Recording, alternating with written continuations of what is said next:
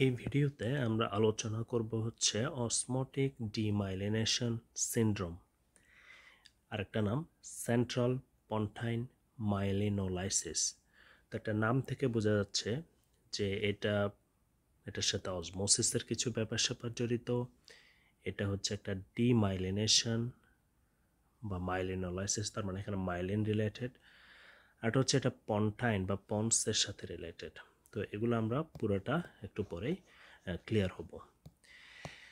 তো এটার প্যাথোফিজিওলজি বা এটা কেমনে হয়, কেন হয়, এটা বোঝার আগে আমরা একটু এই ছবি দিয়ে নর্মাল সিচুয়েশনটা একটু বোঝার চেষ্টা করি ব্রেনে।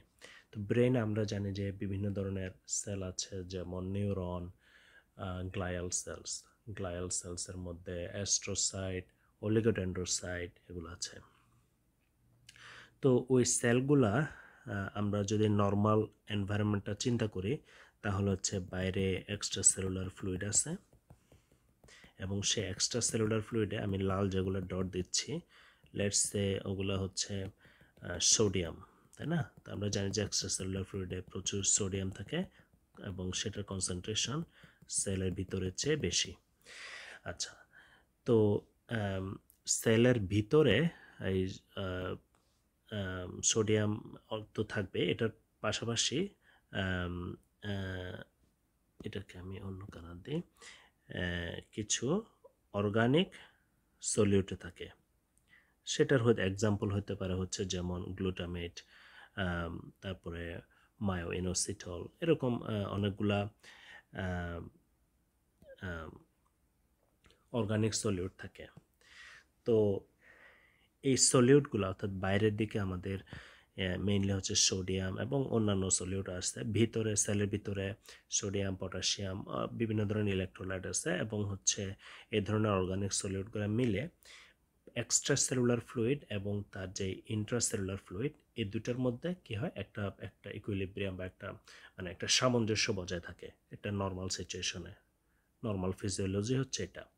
এখন কোনো একটা পেশেন্টে কোনো কারণে যদি হাইপোনেট্রেমিয়া ডেভেলপ করে, হাইপোনেট্রেমিয়া যদি ডেভেলপ করে, তাহলে মানে অ্যাকিউট সিচুয়েশন, অর্থাৎ ধরেন একটা পেশেন্ট এখন হাইপোনেট্রেমিয়া ডেভেলপ করলো, তো তার মানে কি তার যেই এক্সট্রা সেলুলার ফ্লুইডে সোডিয়ামের পরিমাণ কি হলো, কমে গেল, তাই না? এটা হচ্ছে তো হাইপোনেট্রেমিয়া।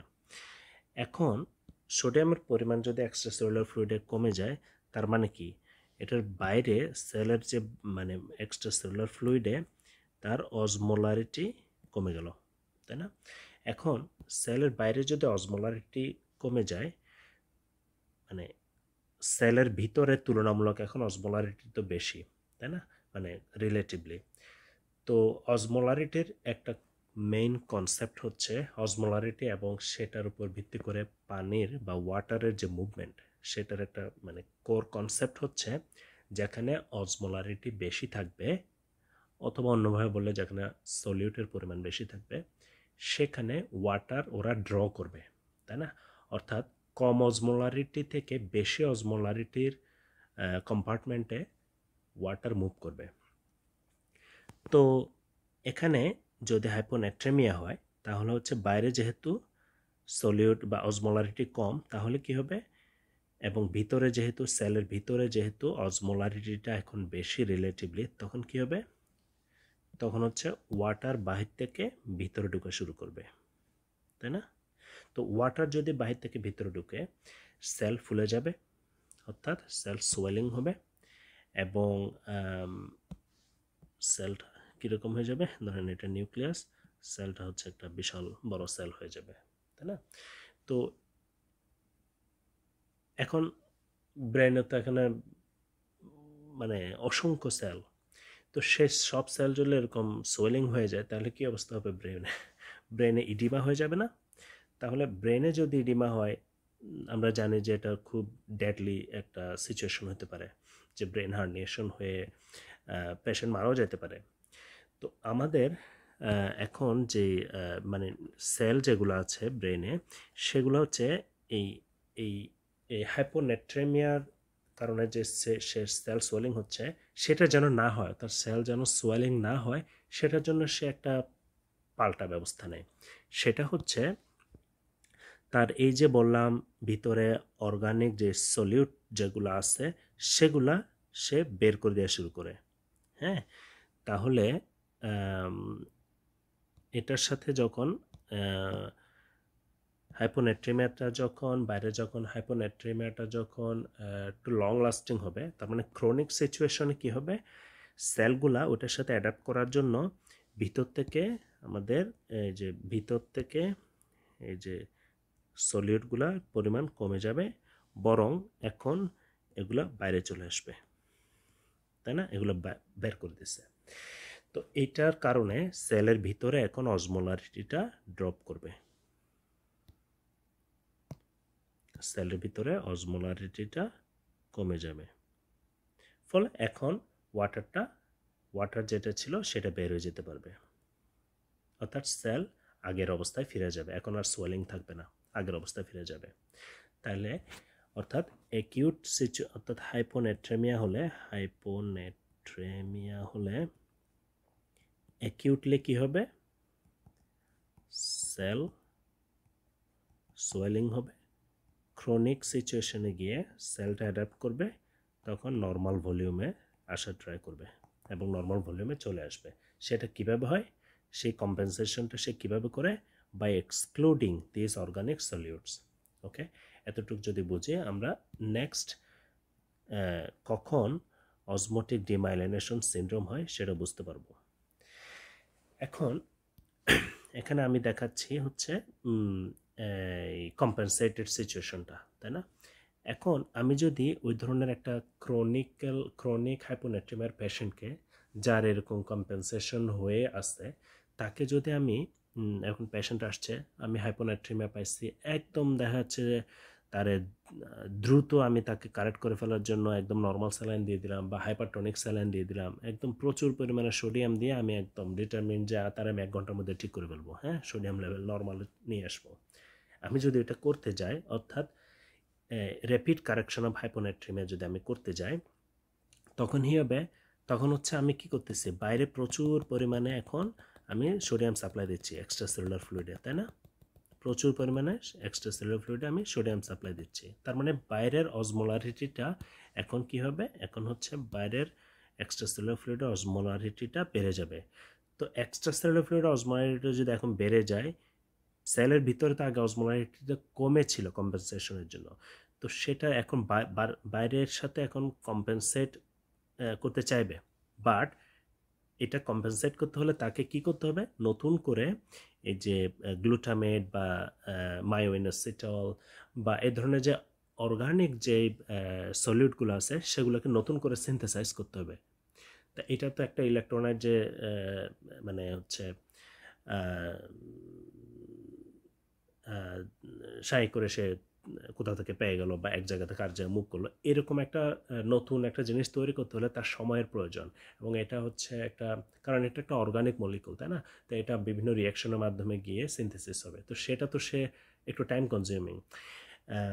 সেই ক্যাপাসিটিটা মানে তার যেহেতু এটা যেহেতু একটা স্লো প্রসেস, সেজন্য আমি যদি ইমিডিয়েটলি অর্থাৎ দ্রুত সোডিয়ামটা কারেকশন করতে চাই, তাহলে এই যে সে বাইরের যে অসমোলারিটির সাথে সে খাপ খাওয়াতে পারে না, বাইরে যে আমি অসমোলারিটিটা বাড়াইলাম সেটার সাথে সে ম্যাচ করতে পারে না, ফলে কি হবে, সেলের ভিতরে অসমোলারিটিটা কমই থাকবে, হ্যাঁ, কমই রয়ে যাবে বাইরের তুলনায়। এখন সিচুয়েশনটা এখন উল্টা হয়ে গেল না, যে বাইরে অসমোলারিটি বেশি ভিতরে কম, সো এবার ওয়াটারটা বাইরে চলে আসতে থাকবে আরও বেশি পরিমাণে, বাইরে যখন ওয়াটারটা বের হয়ে যাবে, কারণ বাইরে অসমোলারিটি বেশি, ফলে সেলটা কি হয়ে যাবে, শ্রিঙ্ক হয়ে যাবে, হ্যাঁ, সেলটা শ্রিঙ্ক হয়ে যাবে, এবং এই সেল শ্রিঙ্ক হওয়ার কারণে যত আউটকামটা হবে এবং এটার কারণে যে এই কন্ডিশনটা হবে। এখন সেটা কিভাবে হবে সেটা আমরা দেখি, যেমন বিশেষ করে এটা এফেক্টেড হচ্ছে গ্লায়াল সেলগুলো, হ্যাঁ, এটা 1 নম্বর প্রথমে হবে। তো যেমন এটা যদি অ্যাস্ট্রোসাইট হয়, হ্যাঁ, অ্যাস্ট্রোসাইট হয়, তাহলে কি হবে? অ্যাস্ট্রোসাইটে যখন এফেক্টেড হবে তখন হচ্ছে এই যেটা বললাম যে সেলটা শ্রিঙ্ক হয়ে যাবে, হলে সেটা অ্যাপোপ্টোসিস হবে, মরে যাবে। তো অ্যাস্ট্রোসাইটের একটা খুব ভাইটাল কাজ হচ্ছে সে এই যে ব্রেনের যে অসমোলারিটিটা সেটা মেনটেন করা, তারপর হচ্ছে নিউরনকে সাপোর্ট দেওয়া, অলিগোডেন্ড্রোসাইটকে সাপোর্ট দেওয়া। তো সে কাজগুলো সে ঠিকমতো করতে পারবে না। তারপর হচ্ছে অলিগোডেন্ড্রোসাইটেও এই কাজটা হবে যে তার সেলগুলো শ্রিঙ্ক হয়ে যাবে, এবং অলিগোডেন্ড্রোসাইটের আমরা জানি, এবং সে অ্যাস্ট্রোসাইট থেকে যে সাপোর্টটা পাওয়া দরকার সেটাও পাচ্ছে না। সাথে হচ্ছে আমরা জানি যে অলিগোডেন্ড্রোসাইট মাইলিন প্রোডাকশন করবে, এটা হচ্ছে মাইলিনেটিং সেল।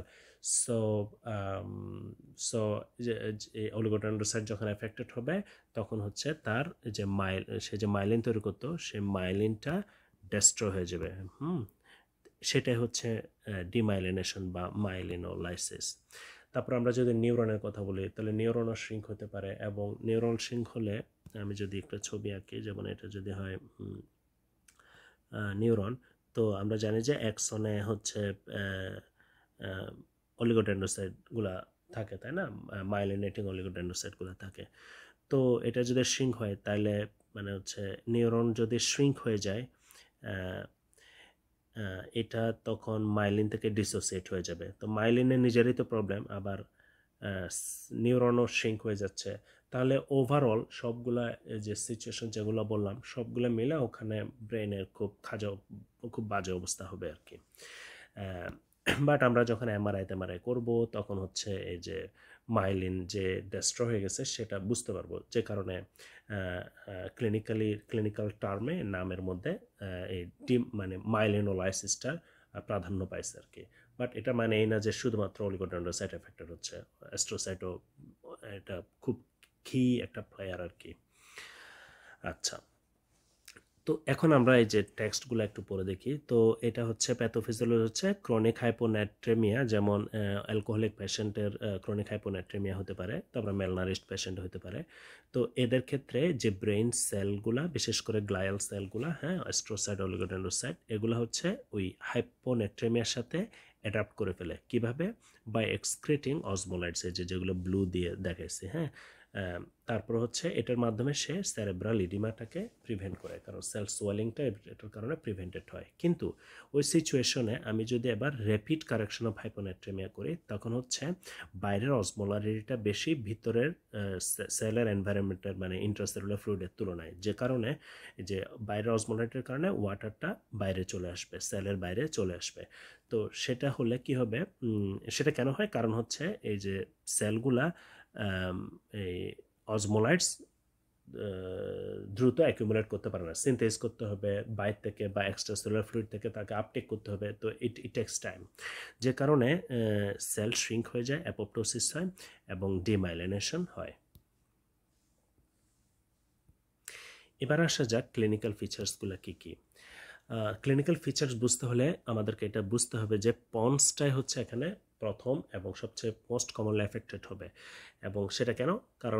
কারণ হিসেবে ধারণা করা হয় যে পন্সের যে গ্লায়াল সেলগুলা, সেগুলার মেটাবলিক রিজার্ভ বা মেটাবলিক ক্যাপাসিটি একটু কম, সে কারণে এই রিজনটা বেশি ভালনারেবল, এবং এখানেই ডিমাইলিনোসিসটা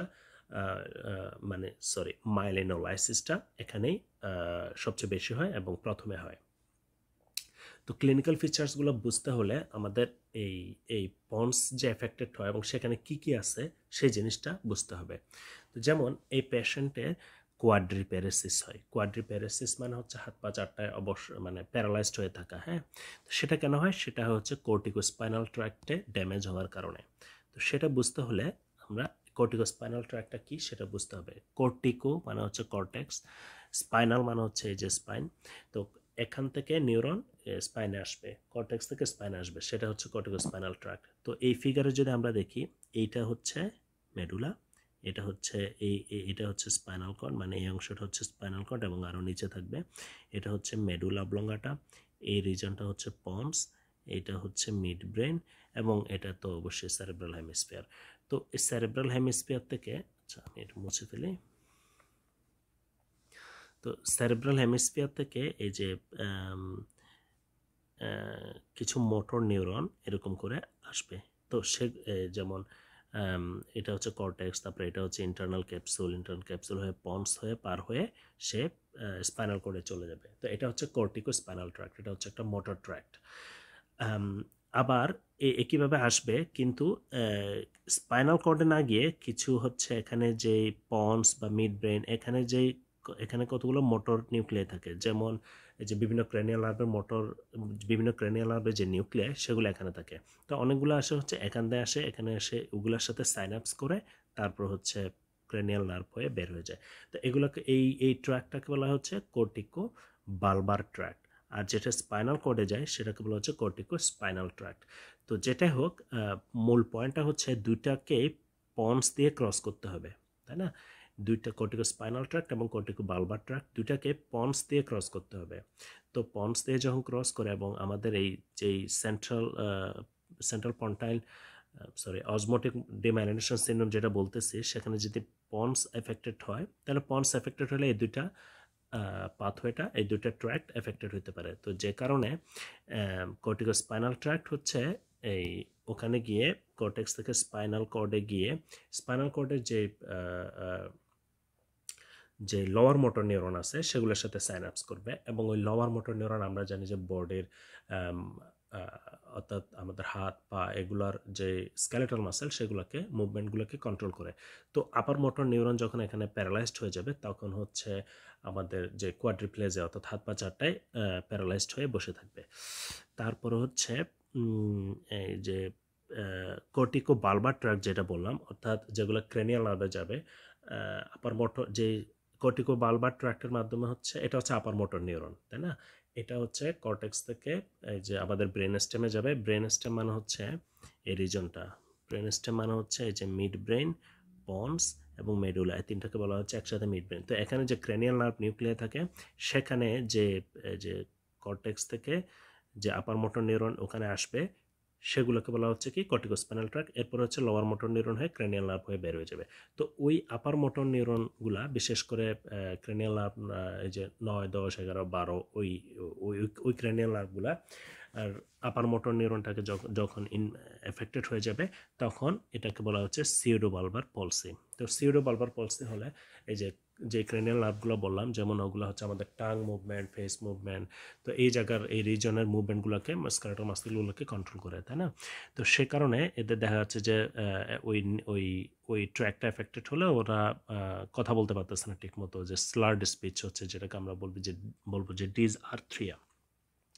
তারপর হতে পারে হচ্ছে ডিফিকাল্টি সোয়ালোয়িং, গিলতে পারতেছে না, ডিসফেজিয়া, ডিসফোনিয়া, ভয়েসও চেঞ্জ হয়ে যাবে। তো এই ফিচারগুলোকে একসাথে বলা হয় হচ্ছে সিউডো বালবার পলসি। তাহলে এটা যদি সিউডো হয় তাহলে একটা নিশ্চয়ই বালবার পলসি আছে। সে বালবার পলসি হচ্ছে লোয়ার মোটর নিউরন অর্থাৎ ক্রেনিয়াল নার্ভ নিউক্লিয়াই যেগুলা যদি এফেক্টেড হয় তখন সেটা হচ্ছে বালবার পলসি। বাট আমরা এখন যে কন্ডিশন নিয়ে আলোচনা করতেছি সেখানে হচ্ছে সিউডো বালবার পলসি হয়, কারণ কর্টিকো বালবার ট্র্যাক্ট বা আপার মোটর নিউরনগুলো এফেক্টেড হচ্ছে।